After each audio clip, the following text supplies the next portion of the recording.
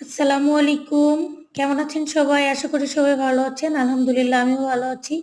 দুপুরে রান্নাবান্না করতে চলে আসছি। ইচ্ছা ছিল আজকে রান্না করবই না। গতকালকের একটু তরকারি আছে আর ইচ্ছা হচ্ছিল না যে আমি রান্না করব।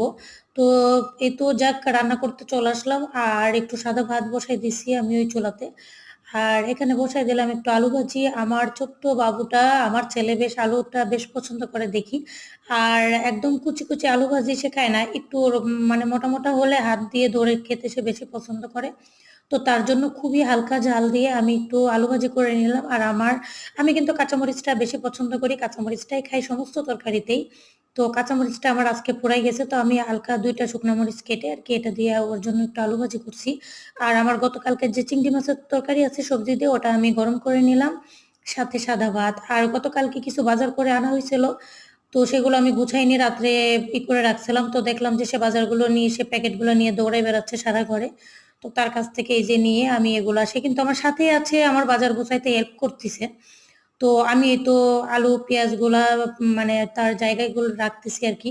তোর বাবা চলে গেছে আজকে যাওয়ার আগে কিছু বাজারঘাট করে দিয়ে গেছে। আবার এনে দিবে ইনশাল্লাহ। তো আমি বাজারঘাটগুলো গুছাচ্ছি তার সাথে সাথে আমি মাছ ভাজাটা চুলায় বসাই দিচ্ছি। ভাত তো হয়ে গেছে প্রায়। আর আলু ভাজিটা প্রায় হয়ে আসছে। মানে আমি রান্নাবান্না বসাই দিয়ে বাজার-টাজার গুছিয়ে নিচ্ছি।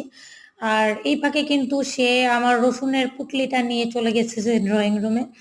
এই তো দৌড়ে চলে আসছি। এসে দেখি যে এখন যদি সবটা নিয়ে নিই তাহলে সে খুবই কান্নাকাটি করবে, ঝামেলা করবে। তো ভাবলাম যাক সে তার মতো একটু খেলা করুক।